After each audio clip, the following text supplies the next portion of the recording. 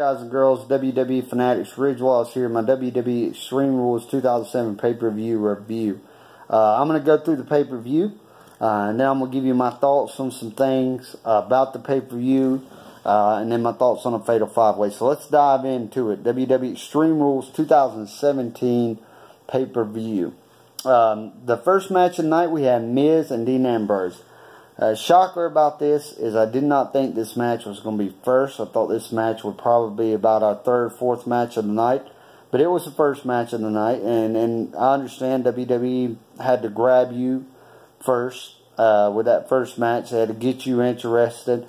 If you were on the fence about this pay-per-view, I was not on the fence about this pay-per-view. I was excited for this pay-per-view. So they really did not have to grab me at the beginning of this pay-per-view. They already had me. But they almost lost me at the very beginning of this pay-per-view because it was really, really bad at the very beginning. But Miz won the belt. We kind of saw that coming. No surprise there. Did not think that Dean Ambrose was going to walk away with this title.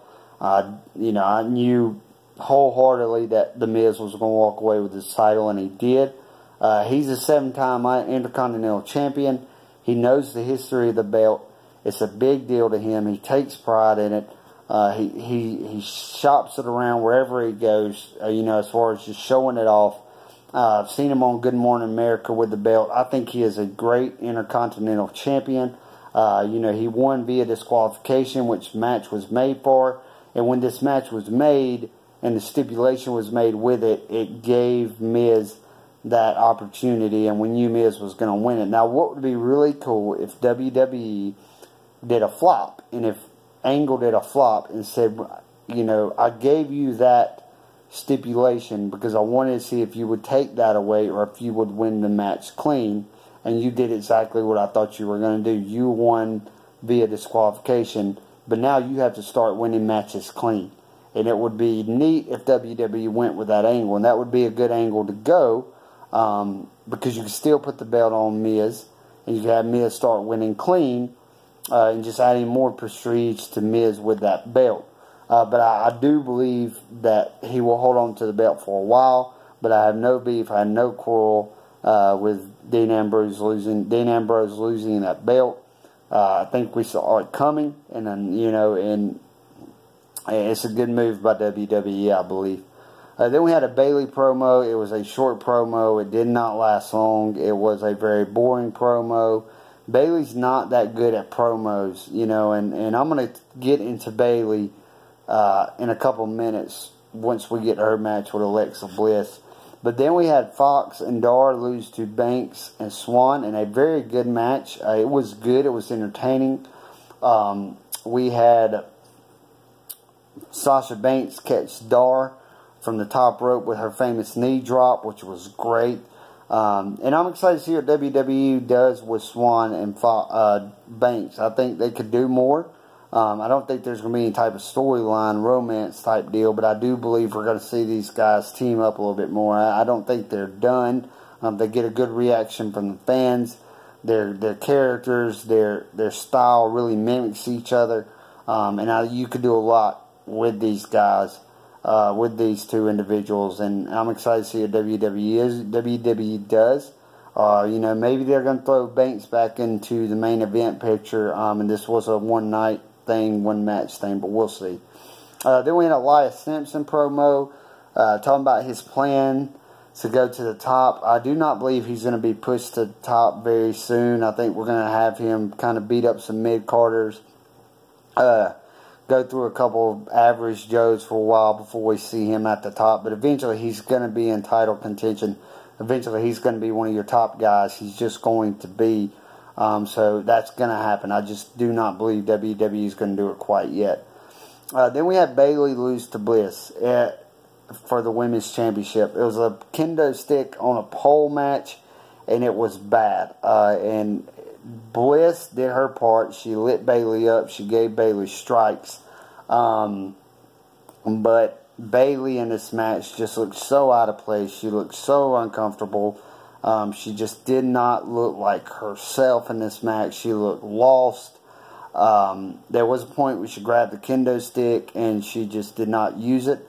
It seemed like WWE was selling the fact that she could not use it because of her character. I understand that, but I just feel like you could have done some things better with this. Maybe have her use the stick, or maybe have her get extreme some other way. But it's just, this pay-per-view is made to be extreme, and Miz and Ambrose match was not extreme, and this match was not extreme, and we really didn't have a lot of extreme action until the cage match and the cruiserweight match and the fatal 5-way, and I just feel like you could have done more extreme things in this match with the kendo stick.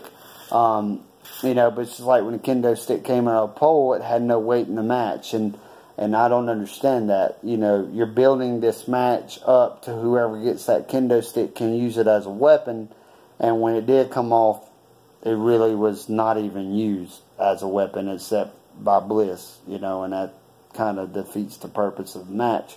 So I wanted more, and that was the story of this pay-per-view for me. Kind of wanted more out of some of these matches, and we just did not get it. Then we had Sheamus and Cesaro versus Hardees in a cage match. Now, we got everything and then some out of this match. They were great spots. The stipulation was pretty cool. I thought that if one man exited the cage for his team, they would win the titles, but it had to be both of them. Cesaro and Sheamus won. They win the tag team titles, which is good. We saw this coming. They've been building this for weeks now. They've been building this for a while. I do believe that the belts will stay on for Sheamus and Cesaro for some time. I do believe that they'll hold on to the belts for some time. And I'm hoping and I'm praying, like I know every WWE fan is now that the belts are off the Hardys, we get the broken Hardys. Now, maybe WWE is going to give the Hardys a rematch. They lose, then they become broken. But I really hope we're going to get the broken Hardys now. And there's so many ways you could do it. You could have them go off TV for a while. You could have it just be a promo they do one night.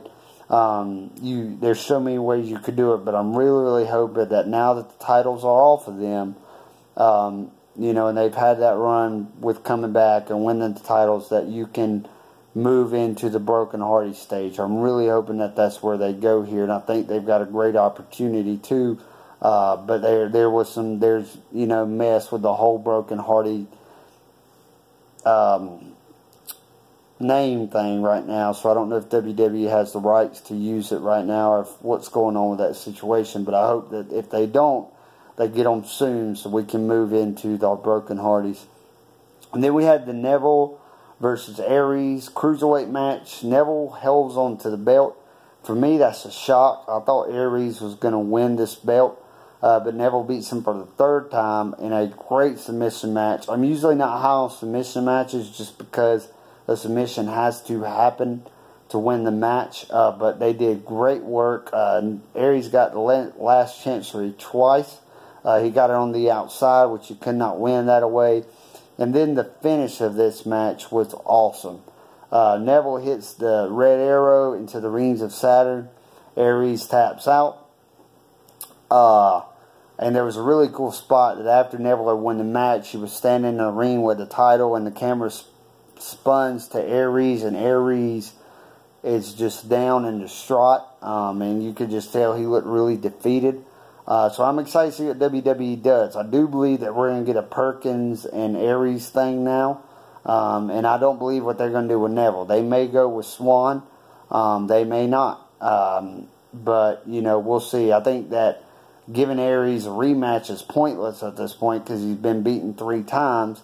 So you kind of got to go into a new #1 contender. We may get that on Raw tomorrow night. But I believe we're going to move into TJ Perkins and Austin Aries now and get something out of that. But we'll see. I'm not really interested in the Cruiserweight division.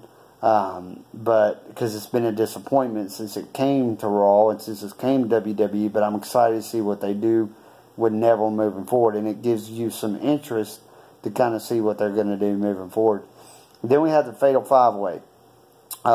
It was a great match.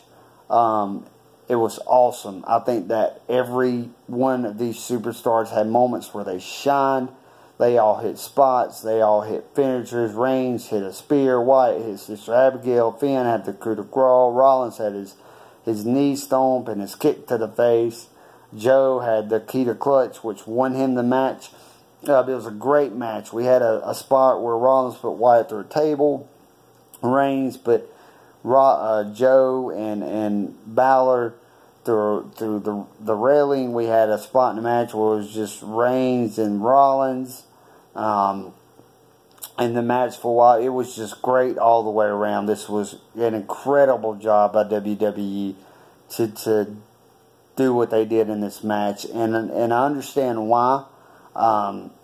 Because this was the match that it was reported earlier today and earlier this week that this match was going to have a lot of time. And that's understandable. You have to give this match a lot of time. It was reported that they were not settled on who was going to win this thing, that it was between Rollins and Balor, and later in the week there was a lot of heaviness with Joe, and even in the pre-talk show when Angle said his prediction was Joe, I was like, okay, well maybe it's going to be Joe because this is your general manager talking. That's what you're selling at least. So, you know, maybe Joe's going to be it. But Joe gets the win. I didn't have a problem with the finish. Finn hits the coup de grace. Joe gets the key to clutch on him, puts Finn out. So Joe gets the win. Now, I'm talking about two things here. Number one, I'm so excited to see what Joe does with Brock Lesnar. I do not believe it's going to change. I believe Joe will stay your number one contender. The reason I say that is because as sometimes in some storylines, on some shows, on SmackDown and Raw, in some past years, we've seen number one contendership change. I do not believe it's going to change. I believe we're going to get Joe and Lesnar at Great Balls of Fire. And if we are, and I believe we are, then there's so much that you can do to build onto that match to have a knock out of the park pay-per-view. Because that right there is a good starting point for a pay-per-view. I can't wait to see Joe and his work with Heyman.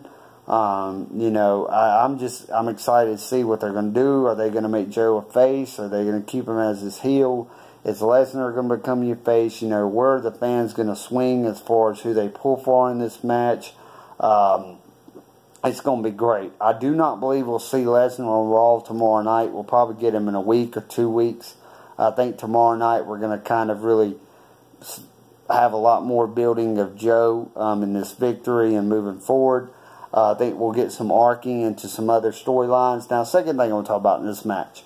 I do believe we had some arcing storylines in this match. I do believe we're going to get Balor and Wyatt. I do not believe that this thing's over. I think they planted those seeds a couple months ago when Wyatt told Balor he's been watching him. And then WWE kind of flipped script and you know, we went into another direction after the Strowman injury and all this stuff. But I do believe we're going to turn back the page to Wyatt and Balor. That would be great because of Wyatt and what he already does and Balor's alter ego with the Demon King. We may get Reigns and Rollins and some more of that rivalry. We may get a reuniting of the Shield now that Ambrose has lost the IC titles. There's a lot of things that WWE could do off of this match, but I'm excited to see what they do. But that's my review overall, guys. I believe it was a decent pay-per-view. You know, it was a good, lengthy review. Not too long, but a decent, lengthy review because it was a decent pay-per-view. I believe that if you give the IC title more time, if you give Bayley and Bliss more time, if you give Bayley more direction, if you do all those things, then you really have a knock out of the park 10 pay-per-view. But I'm excited to see what Raw holds tomorrow night. I'm excited to see what we do with Miz. What do we do with Ambrose moving forward? What happens with Rollins and Reigns? What happens with Wyatt and Balor? You know, what happens with Bayley? And do we get a Nia Jax now, or do we get a Banks? You know, what happens with Joe and the whole Lesnar thing? How do we start building towards that? Are we going to get Lesnar tomorrow night? I don't believe we will, but we may. You know, or what are we going to have with the Kurt Angle and the mysterious text thing as we build towards that? So I'm excited to see what WWE Raw has. I have a lot of questions going into tomorrow night, and I'm excited to see if they get answered. But a good pay-per-view, a decent pay-per-view. I do not believe it'll be better than Money in the Bank. I think Money in the Bank is going to be a better pay-per-view than this, but it was a good pay-per-view. It was a in comparison to past Extreme Rules, it was a good one. And I really appreciate it and really liked it. But if you haven't subscribed to my channel, my Facebook channel, YouTube channel, Ridge Wallace, Real Sports Talk, Ridge Wallace. And I'll see you guys soon. Be blessed.